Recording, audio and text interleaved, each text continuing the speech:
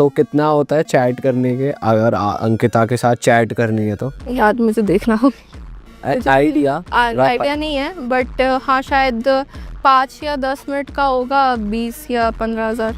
और video call का 30+ ही रहता है। खाओ माँ कसम। 5 या 10 मिनट के लिए 15 से 30,000 रुपए चार्ज करती हैं एक वीडियो कॉल के लिए। बहुत ही काम की बातें ही होंगी। तो एक बंदा लिटरली मुझे आके बोला था कि मुझे गाली दो।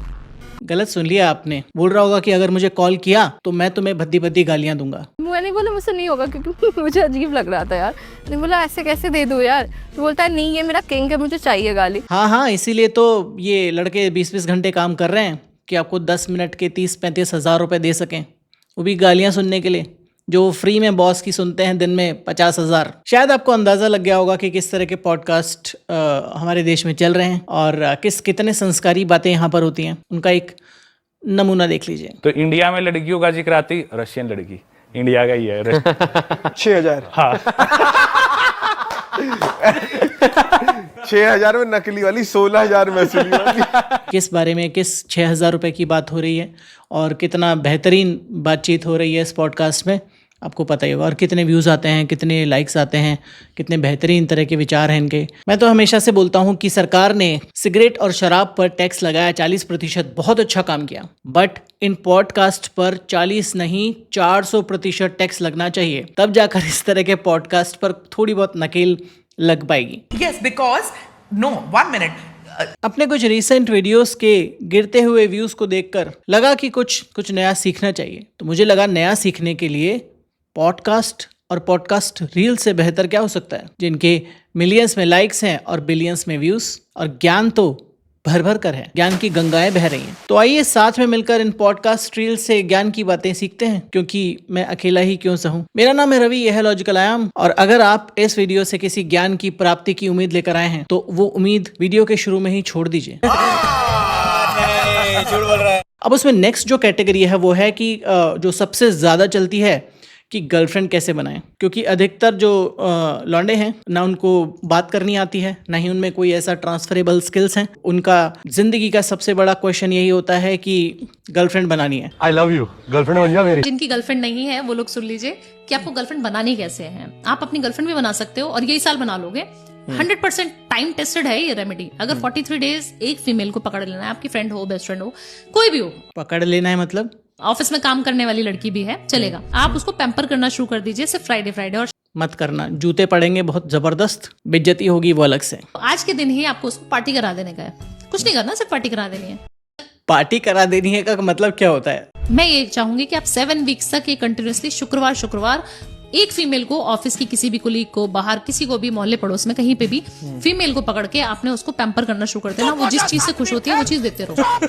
किसी भी फीमेल को पकड़ के उसको पैम्पर मत कीजिए, मत मानिए इस तरह की सलाहें। लड़कियों, अगर कोई लड़का तुम्हें इस तरह से पैम्पर कर रहा है ना, उसको जूते लगाना सबसे पहले। इसके अलावा क्या चीज होती है कि गर्लफ्रेंड तो बनानी है और अमीर भी बनना है। ऐसे लड़के हैं जिनके पास ना पैसा है ना गर्लफ्रेंड है, तो उनको क्या करना है, तो उनके लिए, उनको अट्रैक्ट करने के लिए बोल रहे हैं कि गर्लफ्रेंड बनाओगे तो अमीर बन जाओगे, तो आपकी दोनों प्रॉब्लम एक साथ में सॉल्व हो जाएंगे। जिन भी लड़कों की गर्लफ्रेंड है वो बहुत जल्दी अमीर होने वाले। देखो, लड़की का सीधा कनेक्शन शुक्र से होता है, और अगर आपकी जिंदगी में कोई लड़की है, आपकी गर्लफ्रेंड है, और आप अपनी गर्लफ्रेंड को खुश रख पा रहे हो, मतलब आप अपने शुक्र को मजबूत कर रहे हो। और जब आपका शुक्र मजबूत होता है तो आपके जीवन में लग्जरी आती है, आपके ऊपर खुशहाली आती है, आप कभी परेशान नहीं रहते हो।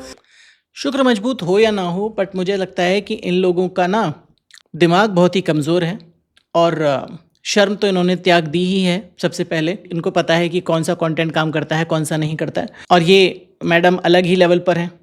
इनको भी देख लेते हैं। दिन में इंटीमेट होते हो, चाहे अपनी वाइफ के साथ या अपनी गर्लफ्रेंड के साथ भी, बिल्कुल शुक्र डेड हो जाएगा। बिल्कुल पैसे की बारिश नहीं होगी, बिल्कुल बेकार शुक्र हो जाएगा आपका। दिन में डे टाइम में। दिन छिपने के बाद करेंगे तो बहुत बढ़िया है। दिन में करेंगे तो काम कैसे करेंगे फिर? दिन में करोगे तो रात को काम कर लो, और रात को करोगे तो दिन में काम कर लो, पर काम कर लो। मेन मुद्दा है कि काम अगर आप करोगे सही डायरेक्शन में, तभी सक्सेस मिलेगी। अगर आप अनमैरिड है, आपकी कोई भी फीमेल फ्रेंड है, आप उस फीमेल फ्रेंड को हर महीने जब भी आपकी सैलरी आ रही है उसमें से अपने हिसाब से आप कॉस्मेटिक का सामान गिफ्ट करना शुरू करो। देखो आपकी तरक्की कंफर्म है।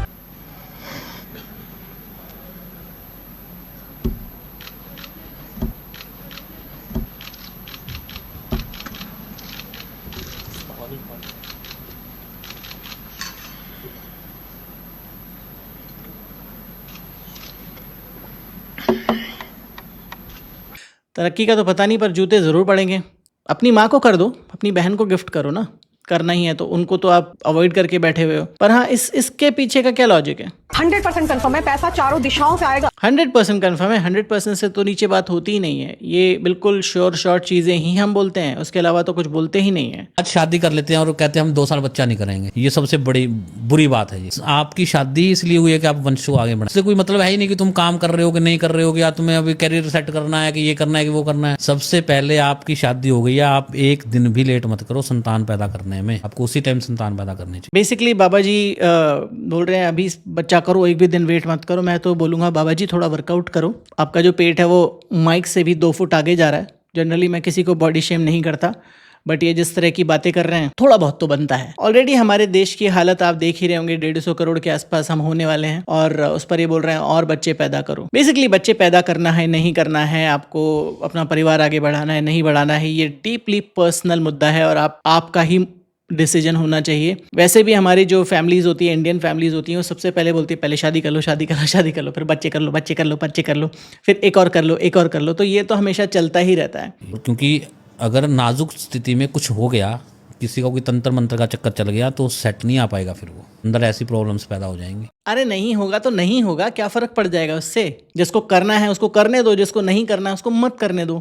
Who are you to tell somebody कि बच्चा पैदा करो? अभी ऑलरेडी हमारी क्लाइमेट की, हमारे एनवायरनमेंट की हालत बहुत ख़राब है। ऑलरेडी बहुत बच्चे पैदा कर लिए हैं हम लोगों ने। उसके बाद आते हैं नेक्स्ट जो सेट ऑफ रील्स हैं, वो है मैनिफेस्टेशन, कि आप मैनिफेस्ट करेंगे यूनिवर्स से। सुबह सुबह उठना है आपको, ब्रश भी नहीं करना, वॉशरूम भी नहीं जाना, ये शर्त है, ठीक है। सबसे पहले मिरर के सामने खड़े हो जाना है और रोज बोलना है कि मैं बहुत ब्यूटीफुल लग रही हूँ, मेरा ऑरा बहुत अच्छा लग रहा है, सब लोग मुझे बहुत अप्रिशिएट कर रहे हैं, मेरे मिलियन में सब्सक्राइबर हो रहे हैं, मेरा पॉडकास्ट बहुत अच्छे जा रहे हैं, मेरे पास क्लाइंट, व्हाटएवर जो भी आप चाहते हैं ऑलरेडी हो रहा है। तो इन्होंने क्या किया कि एक सुपरनेचुरल पावर को यूनिवर्स बना दिया, कि यूनिवर्स आपको सुन रहा है, आपकी बातों को मानेगा, आपकी बातों को करेगा, अगर आप इनके बताए तरीके से काम करेंगे तो। अगर आप इनके बताए तरीके से तेज पत्ते पर या लौंग पर या चावल पर या नमक पर किसी भी तरीके से इनका जो होकस पोकस उपाय है उसको करेंगे तो यूनिवर्स आपकी बात सुनेगा। अगर आप हिंदी में लिखेंगे तो नहीं सुनेगा,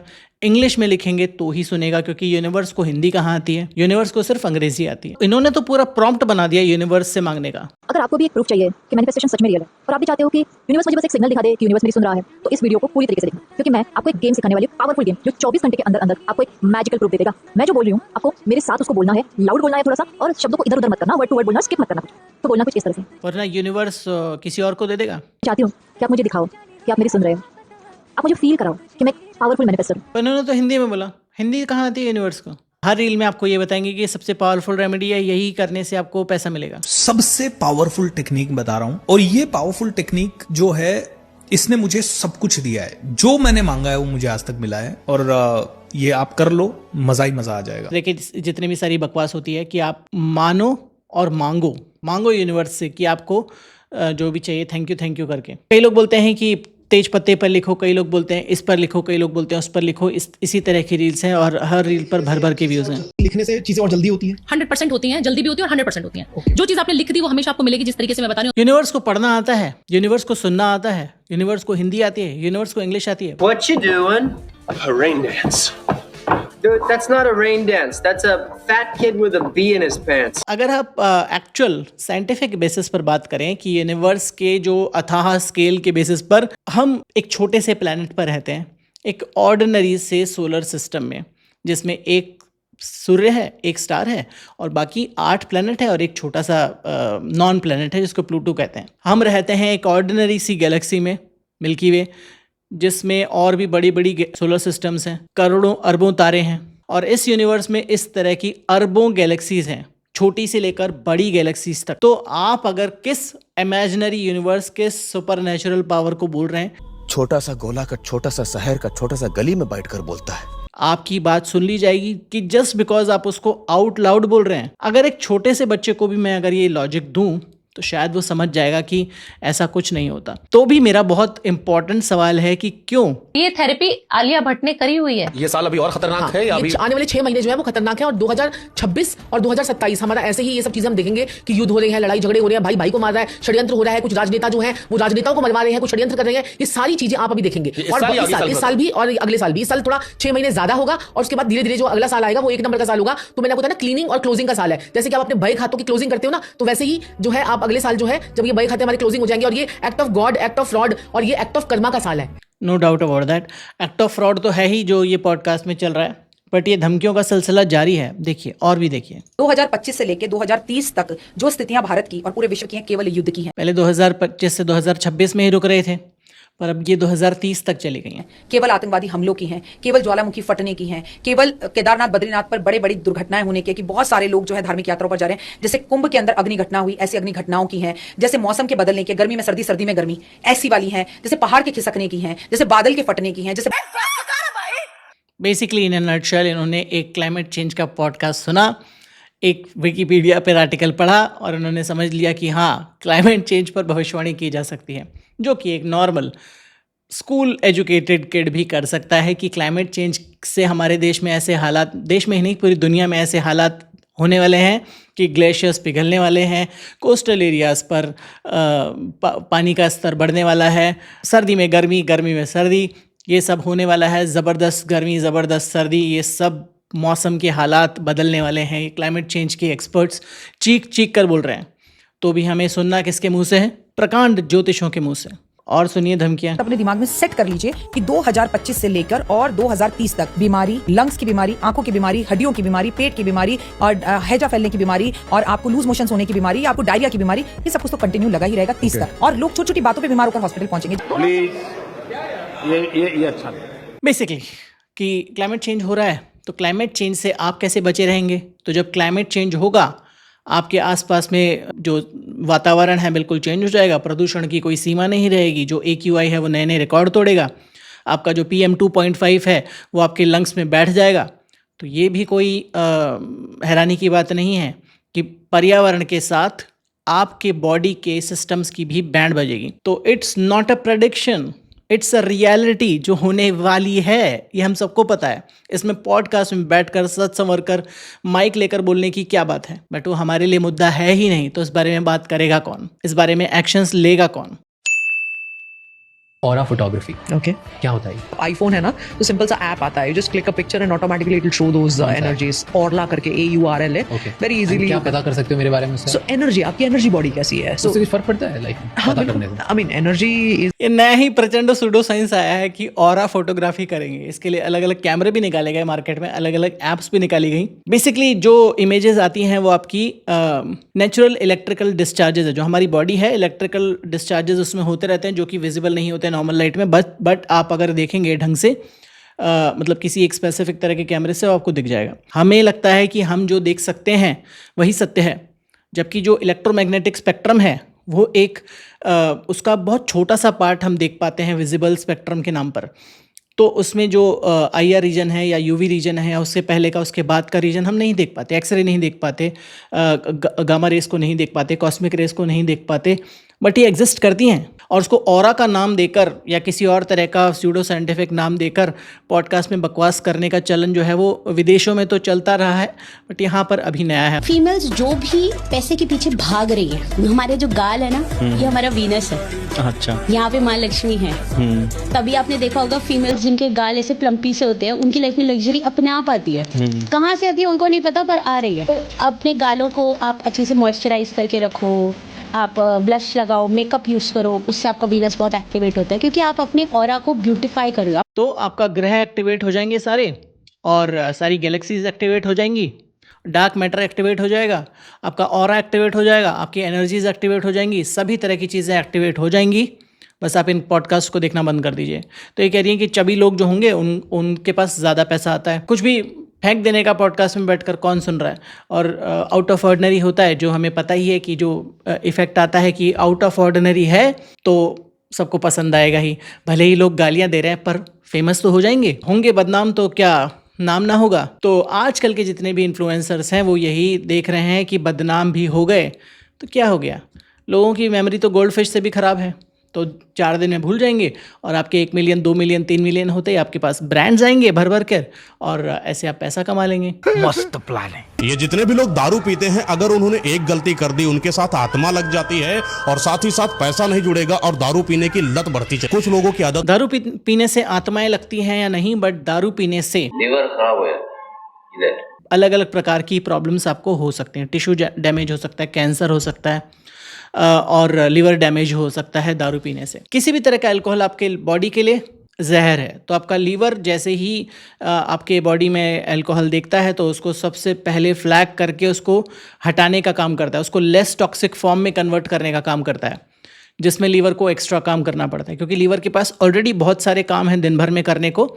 हमारे ब्लड शुगर को मैनेज करने से पहले फैट को डिस्ट्रीब्यूट करने के अलावा और भी बहुत सारे काम हैं जो लीवर को करने हैं। तो उसमें अगर अल्कोहल भी जुड़ जाएगा तो बुरी आत्माएं आपके पीछे लगेंगी कि नहीं लगेंगी मुझे नहीं पता, बट आपके लीवर की तो बैंड बज जाएगी। कुछ लोगों की आदत होती है कि दारू निकाला, जिस भी ग्लास में निकाला, थोड़ी सी दारू पिया या दारू छोड़कर चले गए या कुछ बूंदे छोड़कर चले गए। हमारे आसपास कुछ ऐसी आत्माएं होती हैं जो उस बूंद को पी लेती हैं या उस बची दारू को पी लेती हैं। उनको ऐसा लगता है कि शायद आपने उनके लिए उस दारू को निकाला हुआ है और वो स्वादन करने के बाद आपके साथ लग जाती हैं। कौन देख रहा है इस आदमी को यार? कौन इसको मिलियंस ऑफ व्यूज दे रहा है? मुझे कभी समझ में नहीं आएगा। मतलब कुछ भी बकवास कर देनी है मुंह उठाकर यार, कुछ भी।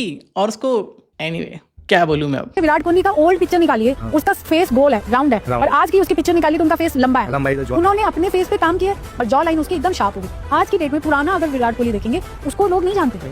आज जब उसके फेस की शेप चेंज हुई उसको लोग जानना, पैसा उसके पीछे भाग रहा। तो मैं तो लड़कों को बार बार बोलती हूँ, जब भी मेरे पास कोई मेल क्लाइंट आता है तो मैं उसको बोलती हूँ ये बियर्ड और ये चिन, ये दोनों मनी का खजाना है। अगर आप इस पे काम कर गए और इसको इतना शार्प कर लिया, आप पैसा आपके पीछे भागेगा, आप आगे आगे भागेंगे। मैडम का चेहरा तो लंबा नहीं हुआ, बट एनीवे तो ये इसमें ऑफ कोर्स कोई लॉजिक तो है ही नहीं। लॉजिक तो इस पूरे वीडियो में आपको इन रील्स में कहीं देखने को नहीं मिलेगा। बट कोई अपना चेहरा चेंज कर सकता है क्या? बिल्कुल चेंज कर सकता है। अगर जैसे ही आप जो फेस फैट है उसको हटाते हैं, जैसे विराट कोहली का पहला वाला चेहरा आप देखेंगे तो फेस फैट आपको दिखेगा, पर जैसे जैसे उन्होंने अपनी डाइट पर, एक्सरसाइज पर काम किया, अपने आप को मॉन्स्टर बना लिया एक तरह से कि मैं अपनी डाइट में 1% का भी चेंज करूंगा, अमंग अदर थिंग्स। जो उनका प्रैक्टिस है, डेडिकेशन है और जो पैशन है गेम के प्रति, वो तो है ही। बट डिसिप्लिन, ये डाइट और एक्सरसाइज का जो डिसिप्लिन है उससे विराट कोहली सक्सेसफुल हुए हैं। पर हम क्या करते हैं, एक ये सक्सेसफुल बायस जो हमारे अंदर है कि एक इंसान सक्सेसफुल हो गया है तो अब हम उसको पकड़कर उसका डाइसेक्शन करेंगे कि उसका चेहरा लंबा है तो आप लंबे चेहरे होंगे तो आप भी सक्सेसफुल हो जाएंगे। कितने लंबे चेहरे के लोग आपको सड़क पर देखेंगे जो कि जिनको कोई 1000 रुपये की जॉब भी नहीं दे रहा है। मैडम का जो लॉजिक है उसकी तो, बट हाँ बेसिकली साइंस इसके पीछे ये है कि आप अगर अपने न्यूट्रिशन, एक्सरसाइज और डाइट पर काम करेंगे तो कुछ भी कर सकते हैं आप। Anything is possible. दुनिया की सबसे सस्ती अगर कोई दवाई है तो वो घी है। अगर ये 10,000 रुपए किलो भी मिलना चालू हो जाए तो भी ये सबसे सस्ती दवाई है, क्योंकि घी को अगर कोई इंसान दूध में मिलाकर पीना शुरू कर दे, उसको पेट की सारी समस्या, ब्लोटिंग हो, एसिडिटी हो, कब्ज हो, उन सारी चीजों से राहत मिलती है। साथ ही साथ शारीरिक दुर्बलता भी कम होती है। और यही घी को अगर आप गुनगुने पानी में मिलाकर पीना शुरू कर दो, आपकी स्किन टाइट होना चालू हो जाएगी, आपकी स्किन चमकदार और ग्लोइंग बनना शुरू हो जाएगी। और खाने से पहले अगर इसी घी में थोड़ी सी हरहर मिलाकर खाया जाए तो आपको अल्सर जैसी बड़ी समस्या से राहत मिलती है।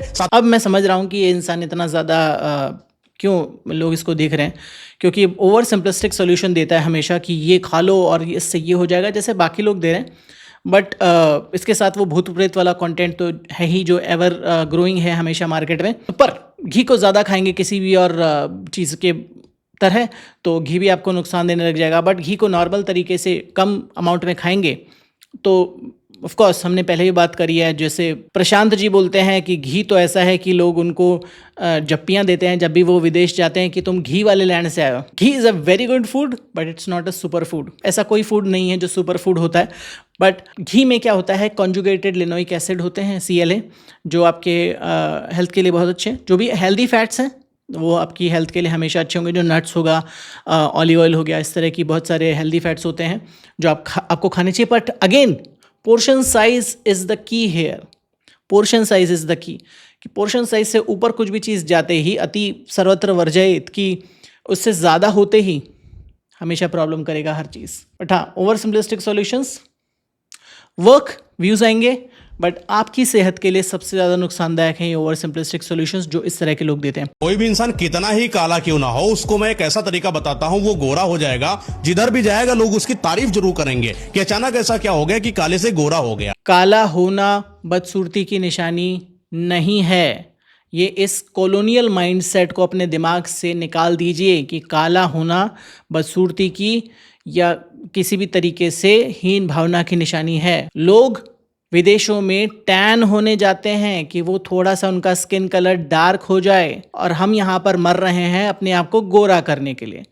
अगर आप गोरे हैं, काले हैं, पतले हैं, मोटे हैं, लंबे हैं, छोटे हैं, कैसे भी हैं, you are good in your own capacity. आजकल हमारे भारत में नमक खाने की वजह से इंसानों की जान जा रही है, पॉडकास्ट की वजह से। सही तरीके से नमक को खा नहीं रहा है। कोई इंसान सफेद खा रहा है नमक तो सफेद ही खा रहा है, या कोई इंसान सेंधा नमक खा रहा है, लेकिन ये दोनों नमक अलग अलग हैं और अलग अलग प्रॉपर्टीज इनके अंदर हैं। क्लिक बेट हमेशा कि नमक खाने की वजह से जान जा रही है। ये जैसे न्यूज़ चैनल पर नहीं होते कि एलियन ही पीते हैं गाय का दूध। तो इस तरह का जो प्रोपेगेंडा, इस तरह का जो नाटकबाजी है वो इस इंसान ने भी चला रखा है और बहुत सफलता से चला रखा है, आई मस्ट से। जैसे सफेद के अंदर आयोडीन तो होता है लेकिन मिनरल नहीं होता है, वहीं सेंधा नमक की अगर बात करें उसके अंदर आयोडीन। इस इंसान से कोई पूछे कि मिनरल क्या होते हैं, सबसे पहले वो बता। क्या तुझे पता है कि आयोडीन क्या होता है, क्या काम करता है? होता ही नहीं है, सिर्फ मिनरल होता है। अगर इन दोनों को सही टाइम पर खाया जाए तो इनका सही तरीके से उन्हें प्रयोग कर लेंगे। जैसे ये जो इनके साथ में बैठा हुआ है बुत बन के, ये इसको बिठाया हुआ है ऐसे ताकि ऑकवर्ड ना लगे, ऐसा ना लगे कि वो इंसान अपने आप से बात कर रहा है।